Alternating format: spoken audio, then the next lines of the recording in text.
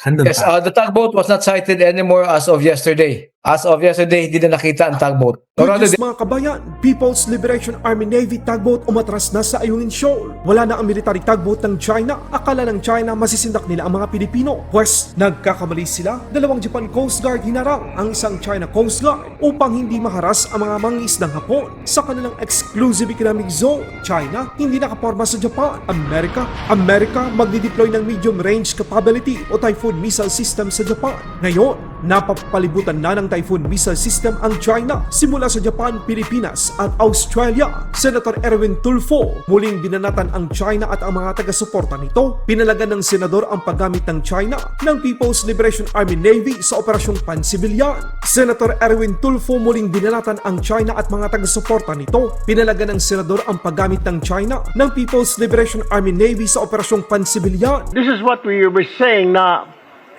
we keep on observing one China policy at para wag natin tratuhin bilang ibang bansa ang Taiwan because sa kanila yon.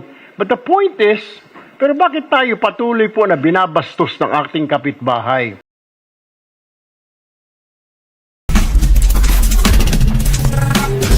People's Liberation Army Navy tugboat na ipinadala ng China sa Ayungin Shoal, kung saan sinasabi ng iba na gagamitin daw ng China para hilahin ang BRP Sierra Madre LS-57. Umalis na, kinumpirma ng Philippine Navy na ang People's Liberation Army Navy tugboat na nakita sa Ayungin Shoal ay umalis na sa area. Dagdag pa ni Rear Admiral Roy Vincent Trinidad, Navy spokesperson for the West Philippine Sea. Bumaba na rin ang bilang ng mga barko ng China na dineploy sa Ayungin Shoal. 2 China Coast Guard, 2 rigid hull inflatable boat at 15 mga barko ng Chinese Maritime Militia. Kahit na ganito na ang development sa Ayungin, nagmamasid pa rin ang mga sundalong Pilipinong nagbabantay sa BRP Sierra Madre LS-57 sa anumang kakaibang galaw ng China Coast Guard o People's Liberation Army Navy. yes, the tugboat was not sighted anymore as of yesterday. As of yesterday, hindi na nakita ang tugboat. Or rather, the other day, 26, after the 26, hindi na siya nakita. Whatever the posturing of the other side, our troops will keep on maintaining the watch aboard ship. Number 2, the leadership will continue with the RORE.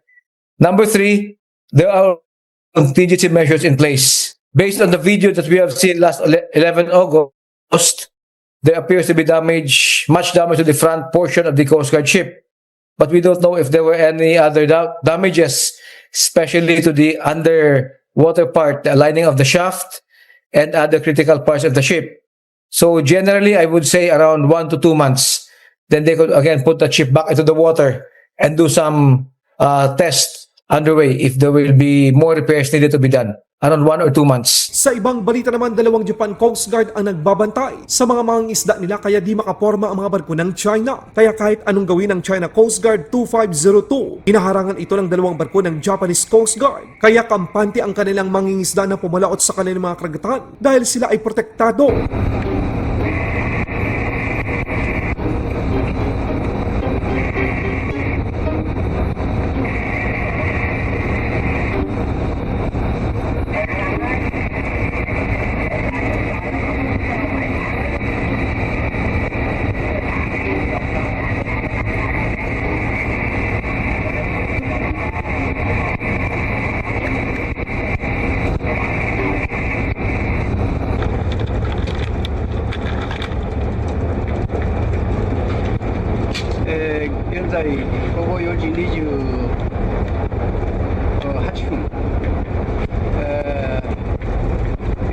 Naku, sigurado ang kukulo naman ang dugo ng Chinese Communist Party dahil nakatakdang mag-deploy ang Amerika ng mid-range capability sa Japan. Ito ay kaparas din ng sistema na meron ngayon ang Pilipinas, ang Typhoon Missile System. Sa darating na ika-11 hanggang ika-25 ng Setyembre, taong kasalukuyan, magiging kalahok sa exercise Resolute Dragon 25, ang Typhoon Missile System. Mas lalong sasakit ang ulo ng China dahil 3 bansa na ang nagkakaroon ng mid-range capability, ang Pilipinas, Australia at Japan. Ang hakbang na ito ng Amerika ay upang palakasin ang depensa at deterrence ng mga bansa sa First Island Chain na hinaharas ng China. Sang-ayon ba kayo mga kabayan sa hakbang ginagawa ng Alyansang Squad na binubuo ng Amerika, Pilipinas, Australia at Japan? Maging si Senator Erwin Tulfo ay wala ring tiwala sa China dahil hindi na Coast Guard ang ginagamit ng China sa West Philippine Sea, kundi mismong People's Liberation Army Navy ang nakakasalubong nakakaharap ng mga barko ng Philippine Coast Guard sa harap ng ilang senador na suportado ang One China policy. Tinuligsa ni Senator Erwin Tulfo ang sobra-sobrang pang-aapi at pangbabastos ng China sa mga Pilipino at sa Pilipinas.